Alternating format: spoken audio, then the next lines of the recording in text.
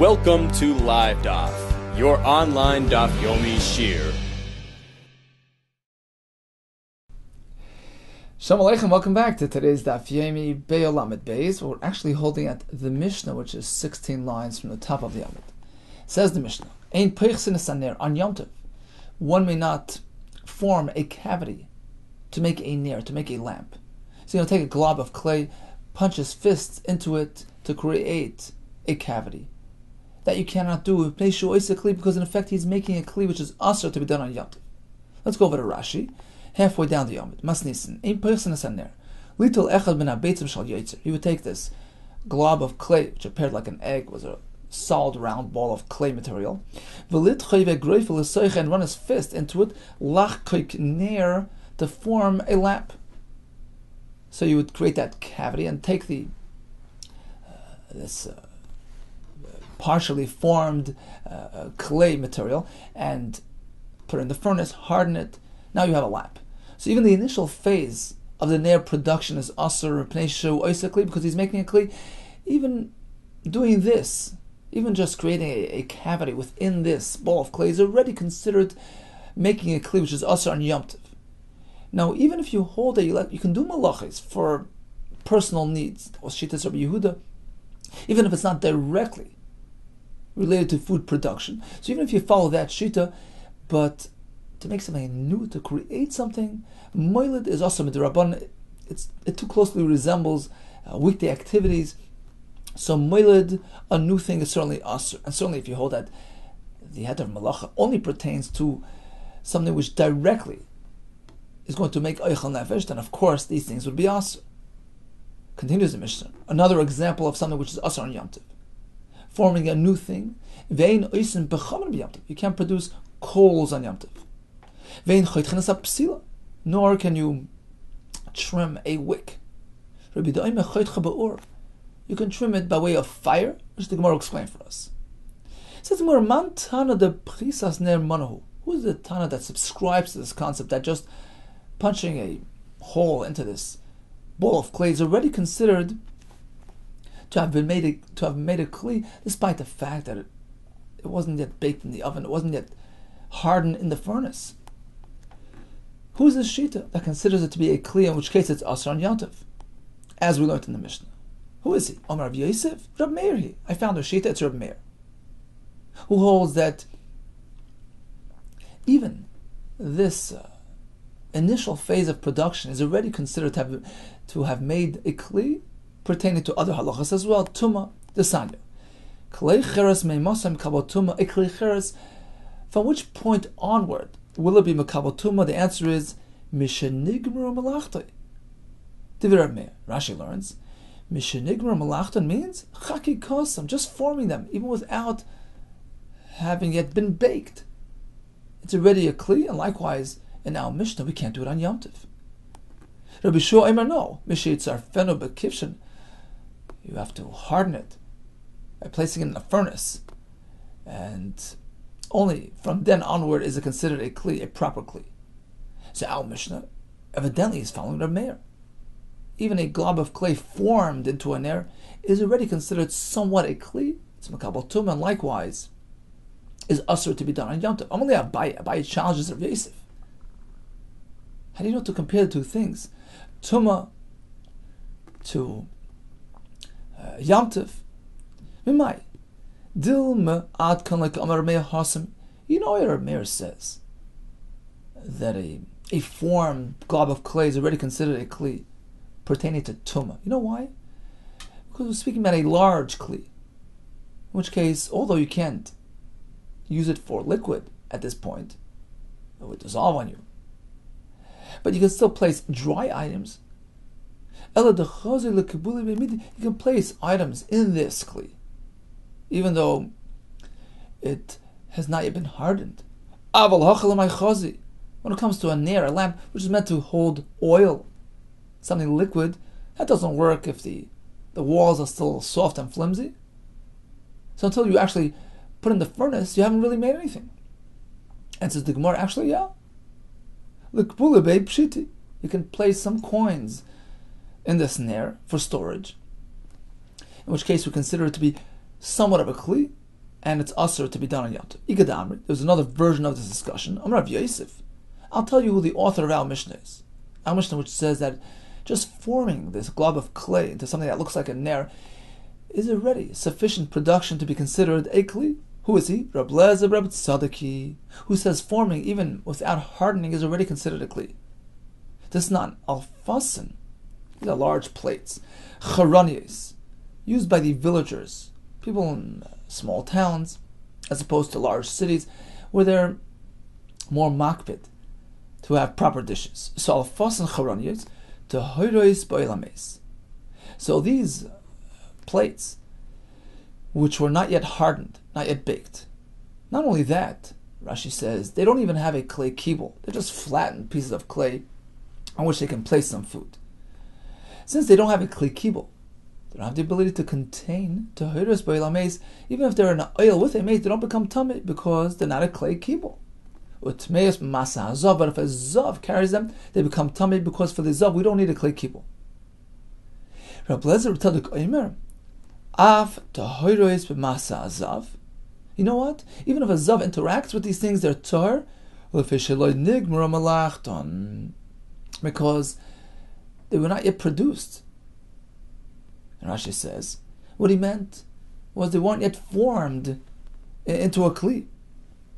Meaning that they don't have a taich, they can't contain, they're just flat plates, so to speak. So they're not really considered a kli, even pertaining to masa azav. Apparently, says Rabbi Yosef, if they would have been formed into something that looks like a kli, something that can contain, even though they're not yet baked in a furnace, they're considered a kli to somewhat extent, and therefore on Yom Tov you can't do this. Now the chiddush is even Rabbi Lezer Tzaddik, who says that you need forming, but forming is enough, and certainly the Tanakama, who says even without being formed, it's already makabel tumah somewhat. Of course, he agrees that if it's formed, it's going to be makabel tumah all the way. In any case, we found a source that chakika, forming, is sufficient production to be considered a kli. Amali Abaye, once again, Abaye responds to Rav Yosef's correlation. Dilma adkan like Amar Rav Lezer Tzaddik Hasam. Maybe it's only over there. Rav Lezer Tzaddik says, I consider this formed plate as a plate despite the fact that it's not yet hard. Because it's chazi, it has the ability to contain. You can place dry items there.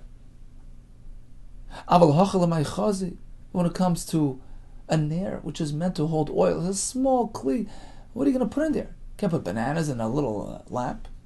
You can place some coins in there. So it's small enough, it's big enough for that.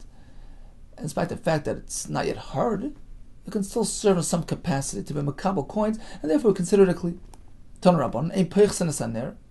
You can't form this lamp, nor can you flatten out these clay plates on Yom Tov, despite the fact that there's no clay kibble there at all. But since you're enabling it for use, the villagers would use it. It's considered a kli. You can't do it on Yom Tov. Mater. No, he says you couldn't do this. Mater b'alfas and charanias. He says alfas and charanias, where there's no kibble at all. It's just a flat plate. That's not considered a kli, despite the fact that some people would use it. Says the Gemara, my charanias. We say alfasin, these bowls, these plates of charanias. What does that mean? My charanias. Rabbi Yehuda Iranias. People who live in small cities who are not so particular about their dishes. My Iranias. What does that mean? The plates used by the villagers who are happy with very little. So even if it's not yet a properly formed kli, they would use it. And we have machlekes whether it's asur or mutar on Yom Tov. You can't form coals because you're making something new. It's a malacha. Well, of course, pshita. You can't do it on Yom Tov. What benefit do you have from coals on Yom Tov? It's just a malacha for naught. Tanir B'chia responds with a Beitzah. Actually, he was just answering the kasha. Apparently, he was speaking el l'moisron l'yaron. he's making these coals to pass them on to the bathhouse attendants. To heat up the bathhouse on Yom Tov. So it is a Yom Tov purpose. Still says the Mishnah, you can't do this because you can't fashion, you can't create things on Yom Tov. What do you mean? Heating up water for Yom Tov is mutter? We have a Gemara in Shabbos that there was a gzera not to bathe with hot water on Shabbos or Yom Tov because you might come to actually heat up water on Shabbos. In any case, there's a gzera. What do you mean he's making these calls for bathhouse purposes? As Rava says in Masechel Shabbos, that there was an option of being maziyah, going to the bathhouse not to bathe, which is also, but rather to perspire, to sweat, to use it as a sauna. Before they applied a gzera ibra on that. So that was a terrace that Rava said in Masechel Shabbos, pertaining to a Gemara there. Hachanam here as well, we can answer as such, lihaziyah b'kodim gzera. His intention is to use these coals simply to heat up the bathhouse, to be used as a furnace, before they made a gzera to disallow that as well. Says the Mishnah, you can't actually trim the wick on Yom Tov. And Rabbi Yehuda concludes by saying, you can use a flame to trim, to cut your wick. What's wrong with using a knife? To come a sakan mana. Says Rashi on top, to come a sakan mana, achas hoisa, you had one wick, he's making it into two. Well, says the Gemara, bu'ur nami, if you use a flame for that purpose, come a sakan mana, he's also creating fashioning. What's the difference if he's using a knife or a flame? What happened was he used a flame to cut apart, to split apart this wick.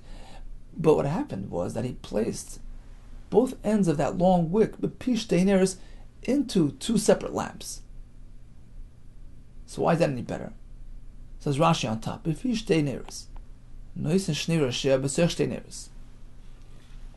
fellow has a long wick. He has two lamps. Places one edge into one head in the other. And he needs both of them lit on Yom Tov. And he goes and lights right in the middle.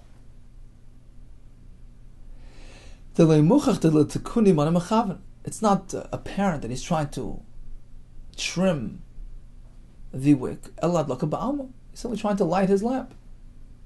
So this doesn't give the appearance of malacha, doesn't give the appearance of moil of creation. It's mutter. Continues the Gemara. Amar Rav Nasan bar Abba Amar Rav. Moichtin es hapsil b'Yom Tov. You can do moichtin on Yom Tov. What does this mean? My moichtin. Amar Rav Chanina bar Slamya mishmei Rav la duya chushcha. You can remove the blackened portion on top of the wick in order to brighten up your flame. That's not considered creating something, fashioning something. It's just adjusting the brightness of your wick. Tani bar kapara vav dvarim nemru b'psila. We have 6 halachas pertaining to a wick on Yom Tov. Gimel hachmer, v'gimel hakol. 3 are chumras, 3 are kulas. What are the 3 lahachmer? Number 1, ein goytlin oitzolach atchila b'Yom Tov. One cannot form a psila on Yom Tov. You can't braid the wick. Ve'in mahavavin oisa b'or, nor can you char the tip in order to enable easy use. That's also considered adjusting, fixing, repairing, enabling the wick. That's like moiled, creating something asar on Yom Tov. And likewise, if ein choytchen esel shnayim, as went in the Mishnah, you can't cut a wick into 2. So these are 3 chumras. 3 kulas are lahakil v'ma'acha b'yad. You can take a wick and roll it to soften it. Rashi says, although you're actually adjusting the wick, but it's kalachar yad. It's a tick and a backhanded way of fixing it. V'shoyer b'shemen. Likewise, you can soak it in oil to enable easy and convenient use. As we said earlier, you can actually take the wick, insert it into 2 separate lamps, and light the middle. And there you go. You have a split wick. V'amar of Nasan bar Abba Marav. We have another memra from the same Manda Omer. Asirei Bavel, the wealthy people in Bavel, Yerde Gehenim. They're going to dwell in Gehenim. What's wrong? Ki hada shabsoi bar rinus. Because they were people who didn't have rachmanis to do tzedakah. As we find in the following story involving Shabsoi Bamarinus, Ikal Bavel, he came to Bavel. Boy Minayu Iskal, he asked them to invest with him. Help me start a business. They refused to give him. Mizoini, at least give me some sustenance. Meza Nami Loizinu, they refused to give him. Omar, he expressed in exasperation. Hani made of Ravaso, Kaaso. You know what, these fellows, they must have originated from the Erev Rav, from the Mitzrayim, who came along with Klal Yisrael on the way out of Mitzrayim. Their intentions were far from pure, and they're the ones that make trouble in Klal Yisrael. These fellows must come from them. The Chsiv, it must be. What happened to the Rachmanis, which is a uniquely Jewish trait? The Chsiv v'nasan lecha rachamim v'rachamecha. Hashem will give you Rachmanis. It's implanted in the DNA of a Yid. Kol ha'meracham al briyos, a person who has compassion on others, biyadua shu mizarish l'Avram Avinu. It's evident that he comes from Avram Avinu. V'chol mishe'enim meracham al briyos, somebody's lacking Rachmanis, biyadua she'enoi mizera shel Avram Avinu. There's something wrong with his lineage. More elsewhere says, Klal Yisrael Rachmanim, Baishon, bashful, and Gadli Chasodim. So in exasperation, he cast doubt and question on their lineage. Another statement from the same Adamar. When a person doesn't have his own source of parnasa, he's dependent upon others for his meals. Oilam choshech ba'ada, he has a dark world around him. He's living in a constant state of insecurity. Shenamar noidadu lechem, he's wandering for bread. Ayeh yeda kenochem b'yada yom choshech. He has a yom choshech. Rav Chizda Amar, even further, af chayiv einan chayin. He's a no-lifer. That's not a way to live. And the nafkamina is to daven to Hashem. Extract one from this situation. It's not a way to live. Gimel chayin inu chayim. In fact, we have 3 people who conform to that title, where their lives are not really considered proper lives. As we said, a person who's dependent on others for his parnasa. And a fellow whose wife rules over him. It's meant to be the other way around. The man is supposed to be the leader in the home, and this is certainly unnatural and should be modified as soon as possible. And a person who's overcome by Yisurim, very difficult to live like that. The fellow only has one robe to wear, in which case it makes it difficult when he wants to clean it from from lice. So he doesn't really have another one to change into. But Tanakama, why didn't Tanakama list this example? He can simply take a close look at his robe while he's wearing it and remove the lice in that manner. Continues the Mishnah. One may not break apart a piece of cheres for Yom Tov use.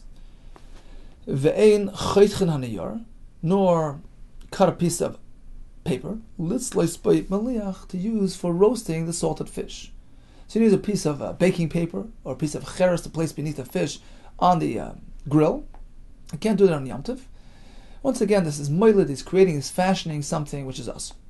Ve'ein gorfen tana v'karayim. This is a chiddush.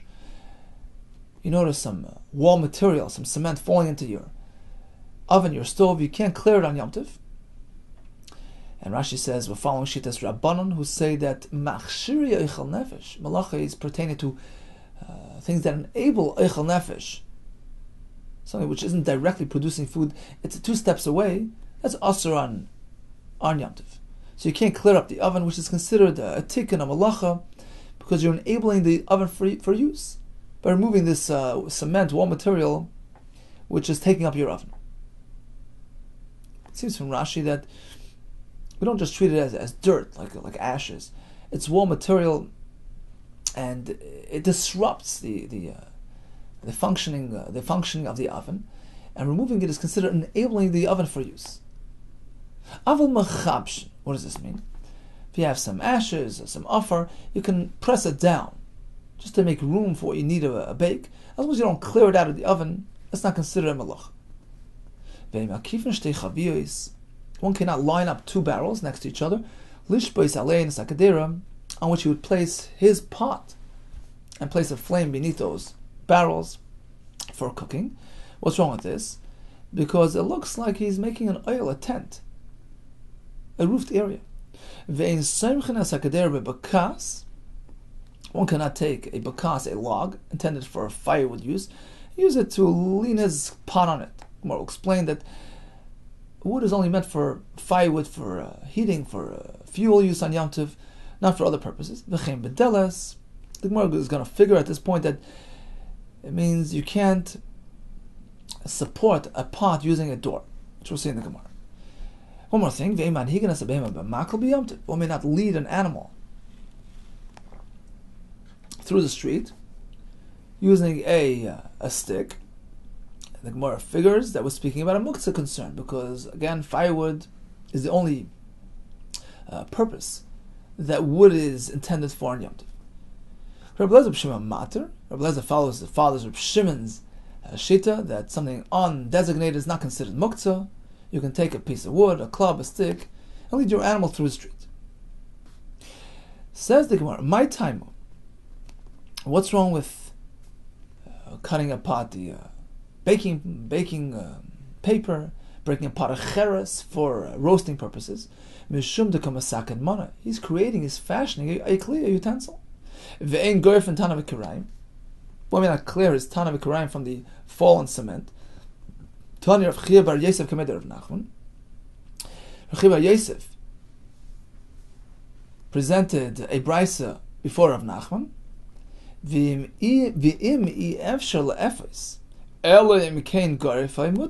However, if the only way to use the oven is by removing this material, it's mutter. It seems that he is following Shita's Rabbi Yehuda, who allows malach, even though it's not directly for ichal nefesh purposes, it's an indirect benefit. It's clearing the oven to enable baking. That's also mutter. In fact, Visud Rabbi Chia's wife had such an incident. The brick fell into the oven, perhaps it broke apart, and her tanner was now unfit for use. This happened on Yom Tov, so it's not something that she could have taken care of before Yom Tov, because in that case, even Rabbi Yehuda would not allow you to do the malacha. It happened on Yom Tov, and she was hesitating. Rabbi Chia tells her, don't worry, chazi, take a look, pay attention. I need to have some good quality bread, meaning clear up the oven, make sure there are no impediments. Remove the block, remove the cement to enable you to use the oven properly to produce proper bread. Likewise, Rava tells his servant, Tvili bar avza, please roast for me a bar avza, a duck, on Yom Tov. Be careful it doesn't get charred by touching any possible cement material present in the oven. Clear it up, clean it out, to enable Simchas Yom Tov. Amar Ravina Ravashi. Ravina turns to Ravashi. Amar lan Rav Acha mehutzel. You know what I heard from Rav Acha from the town of Hutzel? Demar, regarding you, my Rebbe, Ravashi. Demar, Sharkin le Tanura. Samar is a lashon covered, like Mister. He's referred to him in third person. Demar Sharkin le Tanura b'yamitava. That you know what they do for you on Yom Tov? They seal the oven, seal the door of the oven using clay. Sharkin, they smear clay on the tanura to insulate the tanur on Yom Tov. How can you do that? It's a melacha of lisha you're kneading, and that would be mutter on Yom Tov. Amalei, so Rav Ashi responded, no, let me correct you. Anan, we aragtsa the pras samchina. We are soymech, we rely on the mud clay material found at the riverside of Nahar Pras. It's ready made.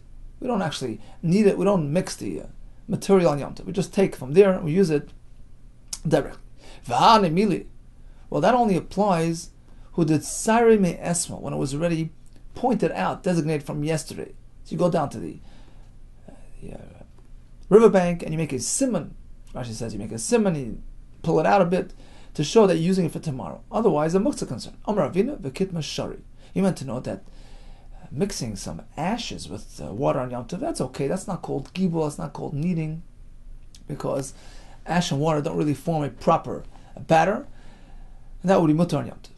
Ve'en makif and shtei chaviyos. Mishnah spoke about refraining from lining up two barrels in order to place the pot on top because of oil concerns. Amar Rav Nachman, avonam shel beis hakisei mutar letzad dam b'Yom Tov.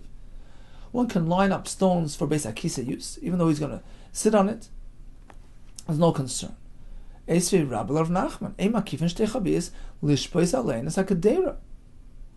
Mishnah says you can't line up the barrels in order to place the kadera on it.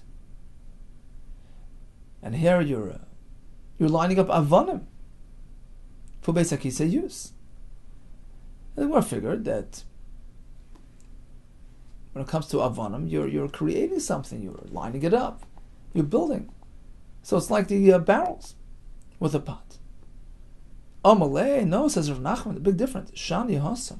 Case of the barrels, of course it's different. The barrels itself are not a concern. The concern is because he's placing the pot on top, which appears like he's creating a roofed area, as opposed to Beis HaKisei. It's a person sitting on it who doesn't create an oil concern. Amali Rabba Zutel Ravashi. So yes, Ravashi Elameata. If that's the case, you're only concerned when you're creating a roofed area. Bona is to B'Yom Tov. This fellow decided, I'm going to build a stage, an itztaba, without a roof. Is that mutter? The loy avid Allah. So a platform which doesn't have an oil, it's not a roof. Hachinami to show you can say it's mutter. Only oil is asa, but building something is mutter. What do you mean? Amalei, so he says no. Let me explain to you. Hasam binin kvasater. When you're actually making something, a platform, a building, minat Torah, the Isra only applies to a permanent structure. Binyan arai lo asra Torah. If it's only a temporary structure, it's not concerned with Torah. V'gaz rabbanon binyan arai mishum binyan kva. The rabbanon, even a temporary structure, is asr to be built on Shabbos or Yom Tov, because it might lead to a permanent structure.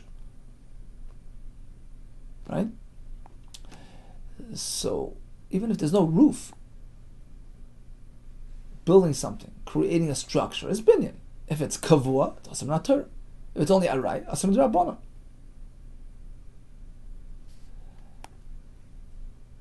V'hacha mishum kvoidei lo gazer be'rabban. As opposed to Beis HaKisei, where he's lining up the stones. So you're right, he's doing binyan, but keep in mind it's not kavua, it's only arai, it's also d'rabban, but on account of kavod abrius, human dignity, to enable Beis HaKisei use, Chacham suspended their ism. So the point is that, of course, binyan is also, even if it's not going to be an oil. A platform doesn't have an oil, it's also. If it's kavua, it's not Torah. If it's arai, asam d'rabban. But in the case of kavod abrius, there's no asam d'rabban.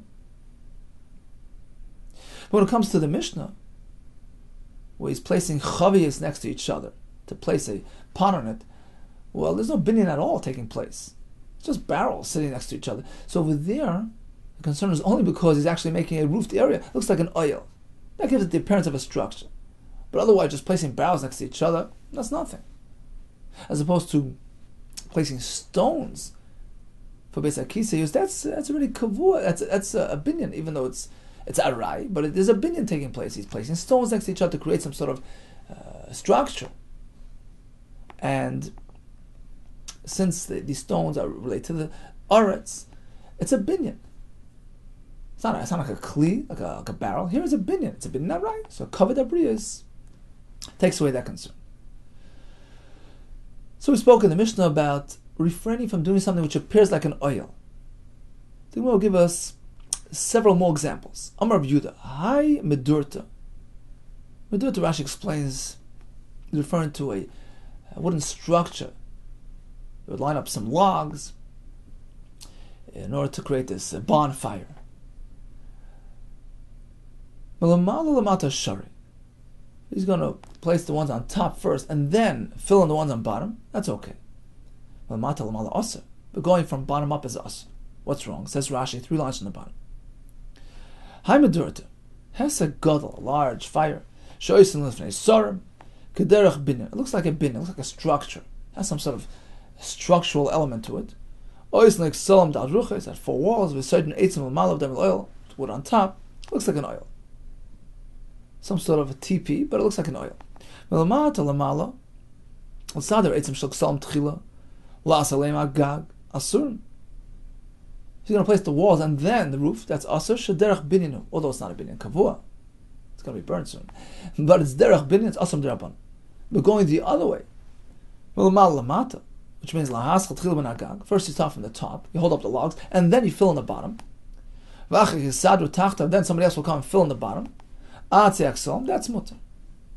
Continues the Gemara on top. Another example is when you roast an egg on a tripod. First hold up the egg, then move in the tripod to avoid any oil perceptions. When you're going and you're cooking a pot, hold up the pot and then fill in the barrels. Do it mamal lamata shaloi kederech. V'chein puria. Likewise, a bed. First hold up the mattress, then fill in the frame. When you're lining up some barrels in your storage room, where you're going to be placing one barrel position supported by 2 barrels, so you have some space in the middle, which is going to be a roofed area. Avoid doing that. Kederech. So rather than doing 2 and then 1 on top, suspend the 1 and then have somebody fill in the 2. That's malamata shloi kederech, which will do away with any oil concerns. Okay, let's do a quick chazor of today's daf. We had a Mishnah which said the following 3 things should not be done on Yom Tov. Ein poichsin ner, because it's called a kli, it's makabel tumah, even though it's not yet hardened and baked. You can't create pechamin, charcoals on Yom Tov, which perhaps can be used for rechitza or for sauna use. Nor can you trim a wick on Yom Tov. And the Mishnah explains, if it's shaloi kederech, like using a flame, choytcha ba'ur b'fishtei neres would be mutter.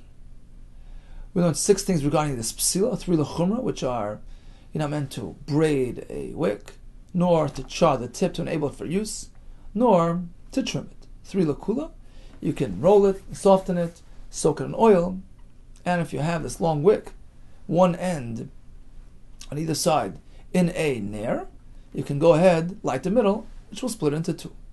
A person has rachmanis, is indicative of his Jewish lineage. He's mizarish l'Avram Avinu. When a person is dependent on others for parnasa, it's very difficult to live like that. He should ask Hashem to quickly extract him from that circumstance. We had a Mishnah with things that you're not meant to do on Yom Tov. Ein shever nacheres, ein choytcha niyar. You're not meant to clean up the tana v'karayim from the fallen cement. We had a sheet in the Gemara which was mater, aligned with Shitas Rabbi Yehuda, who says even malacha from machshirech al nefesh is mutter, provided you could not do it yesterday. And we concluded that an oil arai is also midrabanan, but if it's done derech shini, in a non-conventional manner, such as starting on top and then filling in the bottom, in this case it's mutter. Kol tuvtu and atzlachara.